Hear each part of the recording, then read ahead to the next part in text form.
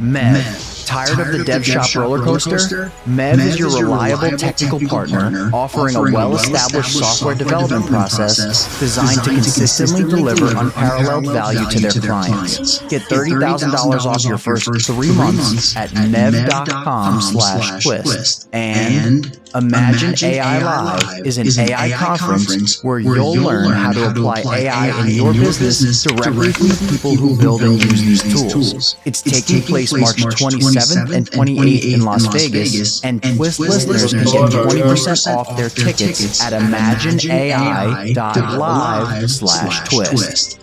All right, everybody, welcome back. It's Madra Mondays. We're here on This Week in Startups with my guy, Sandeep Sunny Madra. And we got a lot to demo, don't we, today? We do, and 2024 is coming at us really fast. The breakneck pace, AI everywhere, and two big things last week. I'll start with the first one, which is CES. And so before we get into it, like at a high level, there's a bunch of different articles that came out. People were talking about at CES this year, AI was everywhere. And I'm just going to pull out this one article. I think it's from The Verge today. There was almost too much AI, and I don't think that's the case. We've been through these articles before. We were there in the mobile revolution that kind of kicked off with the iPhone, and we've been there with cloud services, and now we're there again with AI. But we're really seeing like huge advancements in a lot of different ways, and let's just kind of get into some of the big ones. Yeah, if people don't know, Consumer Electronics Show has been going on forever. They typically just show gadgets. They went into a little diversion where they got into cars for a bit. I think the cars may or may not be back. So if you think about CES, it happens in Vegas, it happens in January. Tens of thousands, if not hundreds of thousands of people now. I used to go as a matter of course because of the Engadget blog we had started. And then it kind of receded a bit, but it now seems to be coming back post-COVID. Yeah, there was big crowds and a lot of announcements of new products. And it's usually, though, hardware. Consumer electronic is the key to this, but software now is trumping the hardware, I guess, in many ways. It is, and one of the things that they're evolving to is as new technology comes out, they really kind of bring together the combination of hardware and software, and obviously in its core, in its most core way, but then they also bring like a great place for companies to launch. We saw a really good launches there, and we saw some big companies show up with advancements in AI. So let's just double click in. All right, let's start with the biggest announcement, I believe, that got the most coverage this week. And it's going to be worth a nice discussion here. This is this new device called the Rabbit. It's the size of like remember back in the day, there's that T-Mobile Sidekick thing? Yeah, like a handheld device that's smaller than a phone, maybe a little wider than a phone, but essentially it fits in the palm of your hand. Yes, exactly. And very simple, a camera that can kind of flip around, and one scroll wheel. A scroll wheel that, you can flip up and down. Kind of reminiscent of the round one that was on the iPod, which then disappeared. So this has a very iconic orange color with a screen on it. And it feels like a real hardware device, like a form factor, right? It's got a form factor to it that's very unique. Exactly. And it definitely got the most press, and it got the most buzz. Now, I don't know why it got the most buzz, but let's get into it. It got the buzz for three distinct reasons. One, the company behind it, they not only released the device, but they came up with their own large language model. Okay. And what they did with their large language model is that they kind of tuned and customized the model to be very good at interacting with your existing services. And so this device sort of sits with its language model on top of your Spotify account, on top of your Gmail account, on top of your Uber account. DoorDash as well. And they've got all those examples in here. And so what they really talk about is this is the first time that there's been a hardware device coupled with its own language model. So not building on top of any of the ones that we've seen, and basically bringing that all together as sort of one cohesive experience. And so that's the first thing that's unique about this is it is a large language model that they made that interfaces seamlessly with your favorite apps/services. Correct. Got it. Okay. So by doing so, and you nailed it with your kind of food example. They have a lot of these examples. We're not going to play their 45-minute video, but if you go here, I'll just play this short one here. Get me a 12-inch pizza from Pizza Hut delivered to here. The most ordered option on the app is one. Ordering a 12-inch pizza from Pizza Hut. And so you can basically understand what happens here. And so what I really think what's interesting is this combination of custom hardware with custom LLM that lives on top of all your services. And in many ways, what this does is it starts to take, I guess, an angle of attack to this training problem that we've been talking about the last couple of weeks with going after people data. In this case, if I explicitly connect it to all these services, then I'm not really running into that problem in the same way that we've seen it before. Got it. So the first thing is the large language model. What are the second and third components of this that you think got at the buzz? I think the form factor. Okay, that's number two, clearly. Is unique. Okay. And then I think, sort of the price point, it's $200. I think they really kind of came in at like a reasonable price point. Yeah, exactly. Let's be honest, it's absurd. And there's no subscription fee to the language model, which also is confounding. So it's got an interesting form factor. They built their own purpose-built large language model to specifically help you navigate services. And this is kind of what we hoped Siri would be. And it's kind of what we hope ChatGPT's app would be. But GPT's app does not let you connect to apps. And Siri does, let's face it, a modest job. I don't know, 10 years in. When was Siri launched? It's been around for closer to 10 than 5 years. And, you still try to get Siri to play a song on a playlist or to navigate using Waze or to book a reservation. None of that stuff works very well. I will say Spotify does work now. If you ask it, hey, play this playlist on Spotify, I would say 2 out of 3 times it works. But that started October 4th, 2011, I think, is when it was launched. So that's when Siri was released. So we're in year 14 of Siri not working well. And the fact that like a small startup is able to create a device and the back-end experience shows how much work Apple has to put in, and maybe they're putting it in, we'll see it in their next keynote, in order to give us what we've always wanted. Now, the question for me is always, you see these keynotes, and those are canned examples. It's probably a canned, not live demo.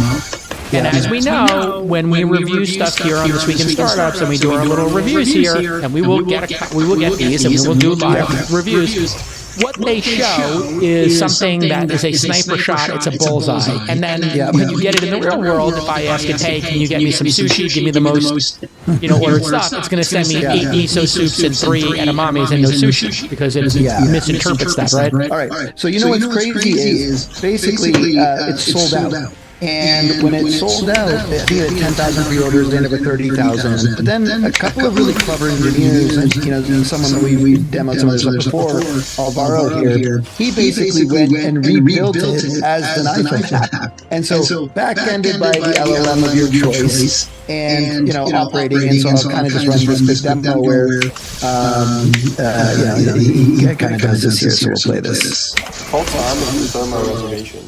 And so it's going to click, it's going to click out, it's going to call Tom. Give me 1 moment while I call Tom. And so what's incredible, and he does a few different other demos in here.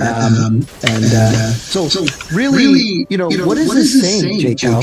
Like, I already have a device. It's super powerful. It already can run applications. And so to me, when I saw this, that's going to be the challenge for them. Unless they kind of go and offer both to everyone and say, if you really want like a smaller device because you don't want to be distracted by your phone, you're going out on the night and go and do that. Or you don't want any of that, you don't want any of that expense, just come and get our iPhone app and pay for it.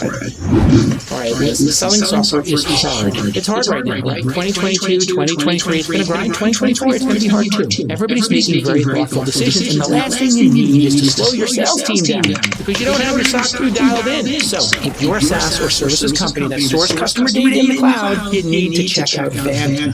Vanta will get your startup SOC 2 compliant easier and faster. Vanta makes it really easy to get and renew your SOC 2. On average, Vanta customers are SOC 2 compliant in just 2 to 4 weeks. Compare that to 3 to 5 months without Vanta. With Vanta, it saves you hundreds of hours of work and up to 85% on compliance costs. And Vanta does more than just SOC 2. They also automate up to 90% compliance for GDPR, HIPAA, and more. You can't afford to lose out on major customers because of silly stuff like lacking compliance. Just work with Vanta. Get your compliance automated and tight. Tight is right. Close those big deals, the lighthouse deals that send all the other customers to you. Here's the call to action. It's very simple. Vanta's going to give you $1,000 off at vanta.com/twist. That's vanta.com/twist to collect $1,000 off your SOC 2.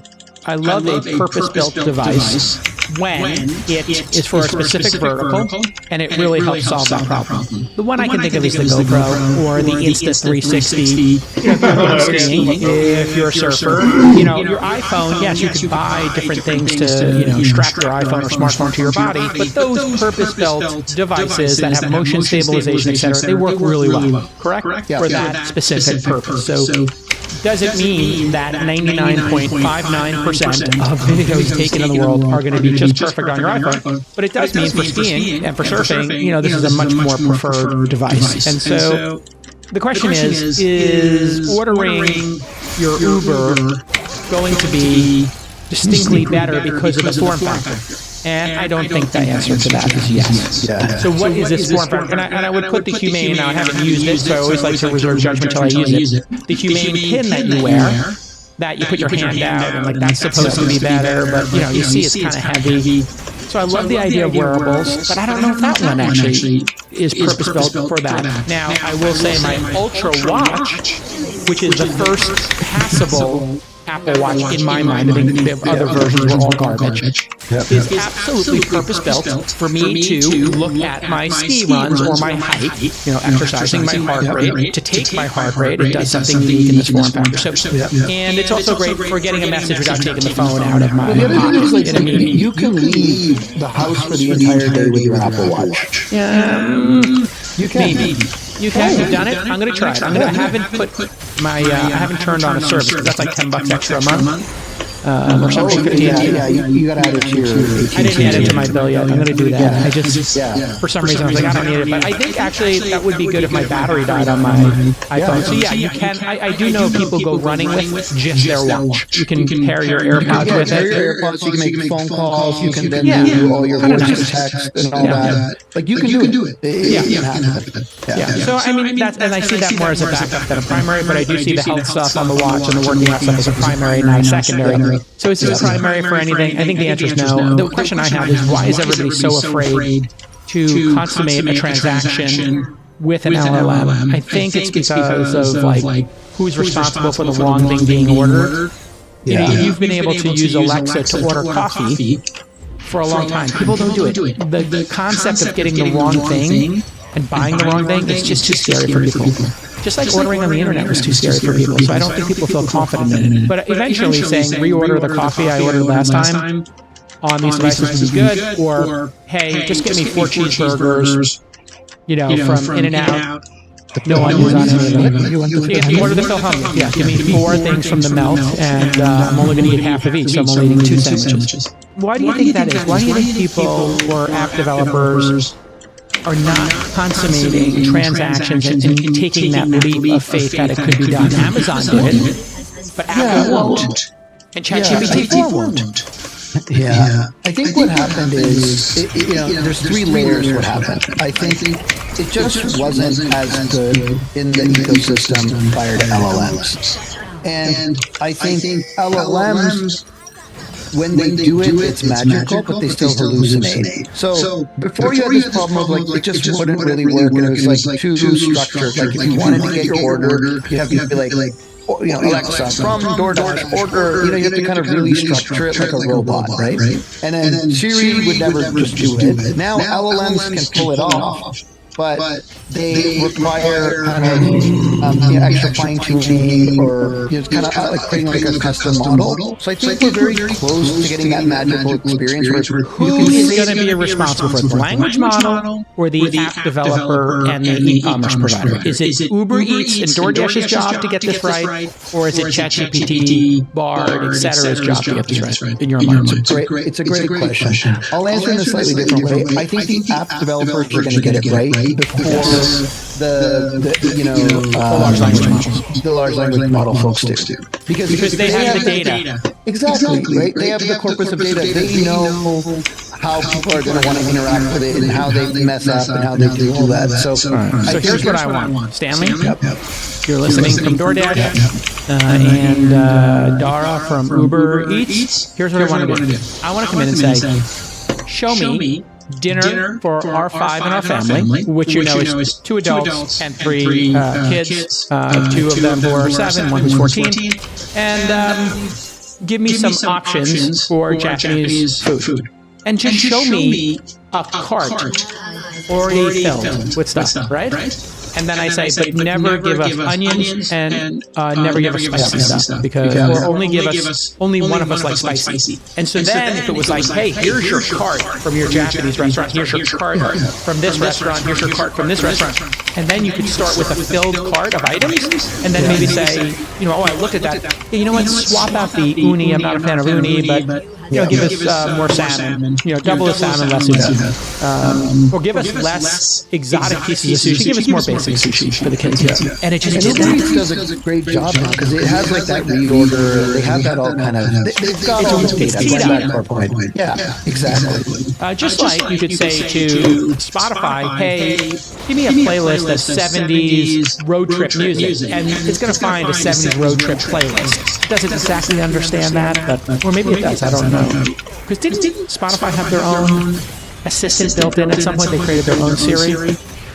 Everyone has tried, but in the same way that Siri has failed, in the same way Google Assistants never work, the effectiveness that we get with an LLM-based one is we haven't seen it fully coupled together yet. Got it. All right. Well, this is probably something. This is the opportunity for 2024. I think I give a lot of kudos to the Rabbit team for being creative. I don't think it's going to work. I think it's going to be like one of these devices that historically, just doesn't find a niche for itself. It's just too. But I do love the fact that they're bold and they put it out for $199, which means they're going to probably lose money on this thing.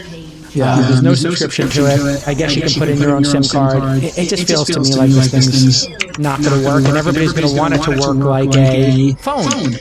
So why not just have the phones catch up here? In terms of rating it, I think the way that they've built the service, at least the way they showed in the demo, where you can log in and connect all your apps, I really give them an A for that. Like, they really nailed that. It's well done. No one has done that at all. Like OpenAI or Bard or anyone else, right? The authentication of your Spotify, your DoorDash, and your Uber works well. Really, like. Can I ask you a question? Was it clear if that happens on your desktop with a keyboard, so it's easy to do? Yeah. It happens on your desktop. I was trying to find that in the video. I just couldn't pull it up. I watched the release video on 2X, and I was scrubbing back and forth, kind of looking for it, and I couldn't find it. So that to me is a really great idea. Is I set this thing up on my desktop where I have a full keyboard, and I can say, hey, these are my preferences in order. I usually want an Uber Black. These are my 10 favorite restaurants. This is my 2 go-tos for pizza in order. These are my 3 Japanese in order. If you can start to do that, that's kind of cool when you start thinking about it, right? Like if I order a hamburger, I want to go with 5 Guys, then Shake Shack, then, Oh, I found it. This is the screen. Oh, there it is. Yeah. So you connect your Spotify, Apple Music, Uber, DoorDash, Eats, all your services.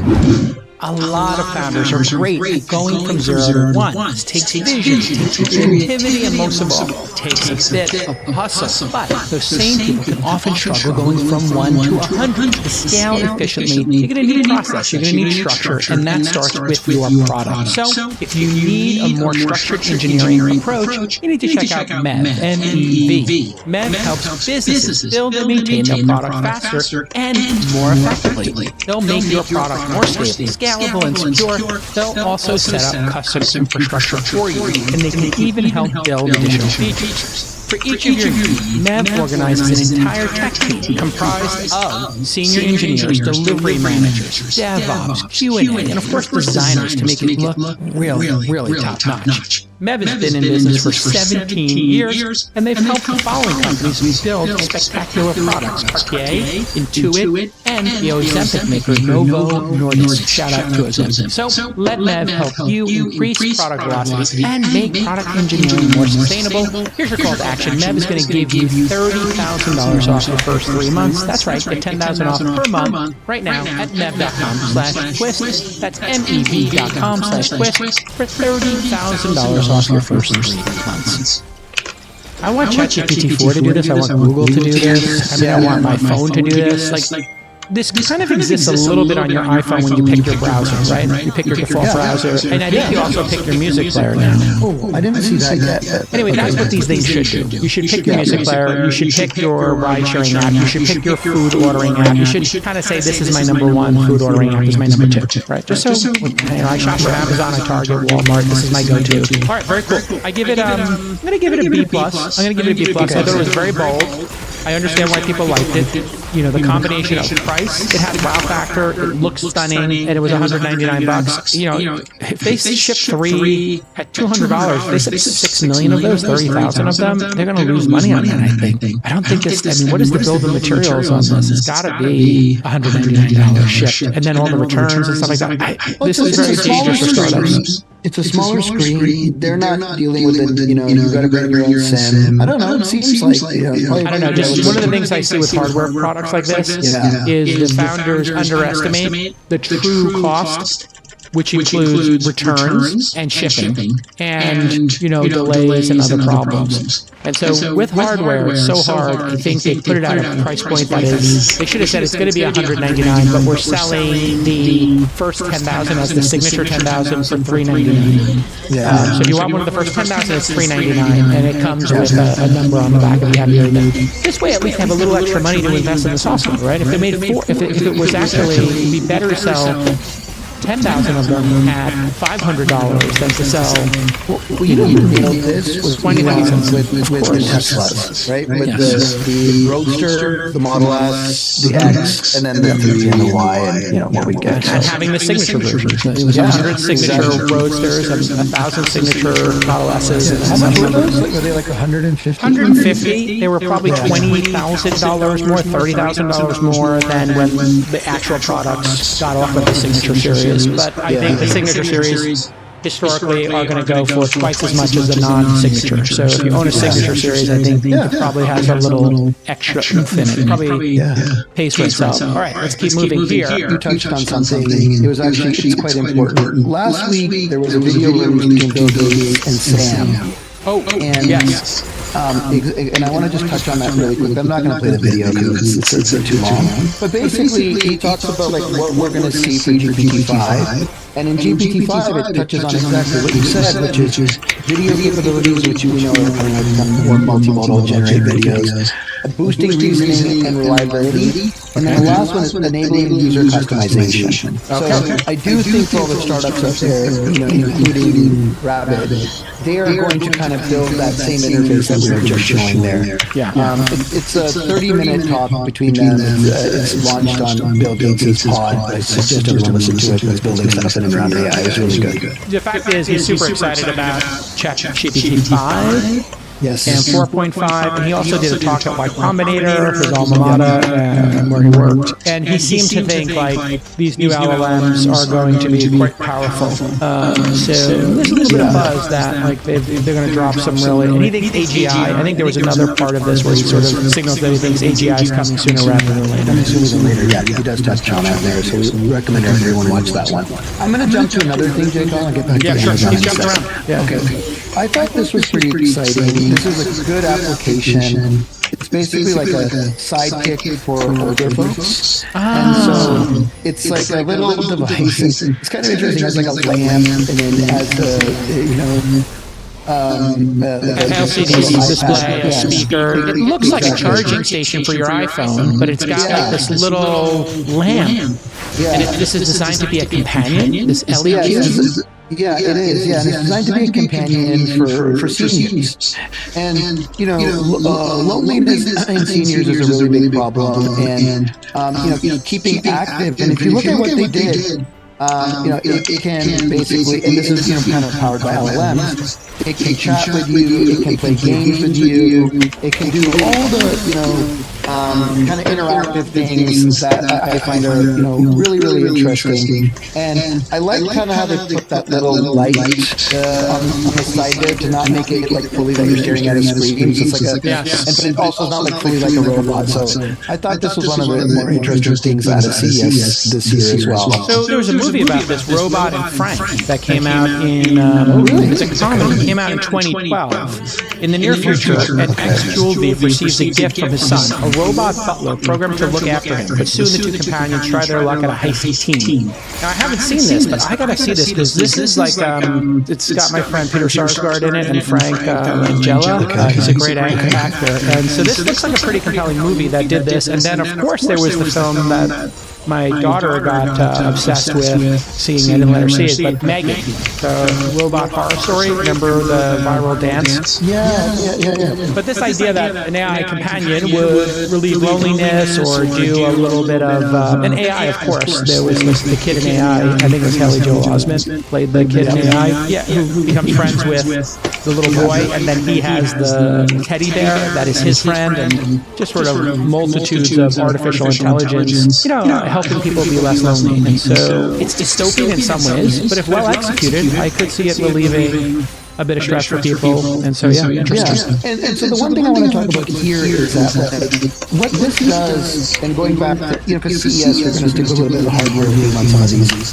What this allows companies to do that know how to make great hardware, where this integration of hardware and amazingly difficult software became harder, and you'd see stuff out of CES with only the big folks winning, the Samsungs and the Apples. Only Apple doesn't go to CES, but like the bigger companies, LG. And now what you're going to see is the ability for companies that have strong strength in standing up hardware, but that can leverage large language models to create incredibly compelling experiences without having to have the depth of the team required to build like an entire operating system or something along those lines. And this has some really cool goals in it. Like I'm looking at their the copy on the website. Always important for founders to understand writing good copy and having a really good value proposition that you communicate well on your website to incentivize people to have product market fit and to buy the product. Build healthier habits with goal setting and encouragement. Like taking your pills and exercising.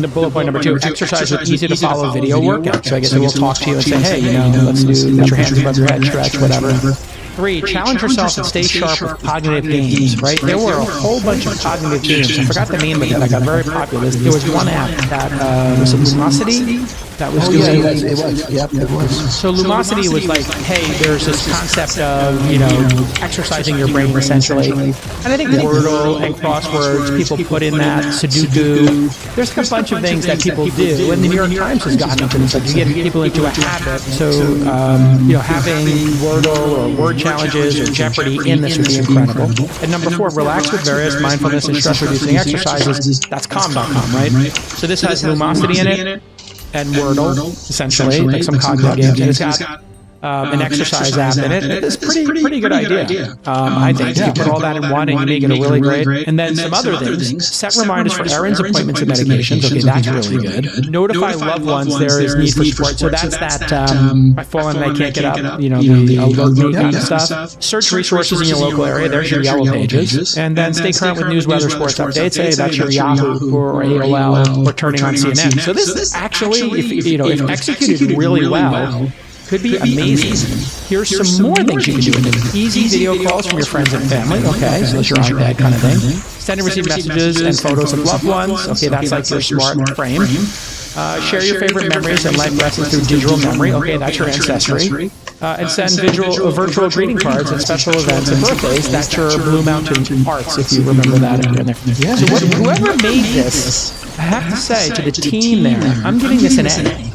Because I think this team, and this is This Week in Startups, so I always like to point out when somebody does some really good startup best practices. I just read 12, not 3, 12 bullet point items, in one package. If this thing actually is done well, there's like 12 items in here that are, other businesses in and of themselves. So really well done to the ELLIQ.com. What did you give it? For me, I'm in the same. I think it was an A. The design, the experiences, that same thing. I went through it all, and just the real proper integration of good hardware and the latest LLMs and user experience, and collapsing few of those businesses into it. So I thought it was incredible as well. Now, I would like to see this in the form of a frameless TV picture frame, smart picture frame. This could also work in that format. So I don't know if you know about this, like Samsung frameless, or they call it the frame, They basically, and I stayed at an Airbnb that had one of these, and I didn't realize it was a TV because it has like a border on it, and they put wood on it, and it looks like it's a piece of art. And I guess you can buy art, but it can also work as a TV. So I just aesthetically love this concept, and I just think a smart TV that had a great interface. This is why Apple should have launched a TV. And there was a rumor for a long time, and I had heard it from people who were in and around Apple back in the gadget days, that they were working on a television. Instead, they came out with an Apple TV to slap on the back of TVs. And I guess you can get Apple TVs built into some TVs, or a light version of it is.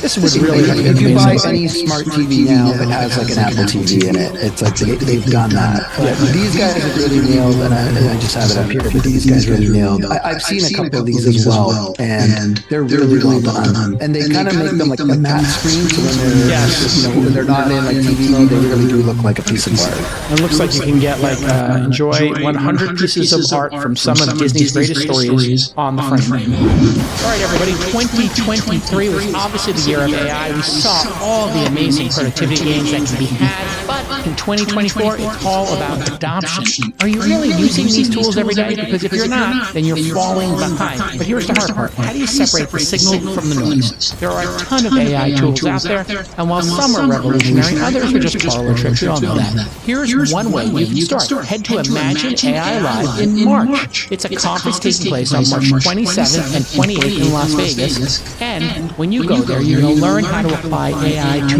your business directly from the people who build and use these tools. You'll witness live demos of AI products that can make your business run more efficiently, and you'll hear founders and CEOs explain how they're using AI to reshape their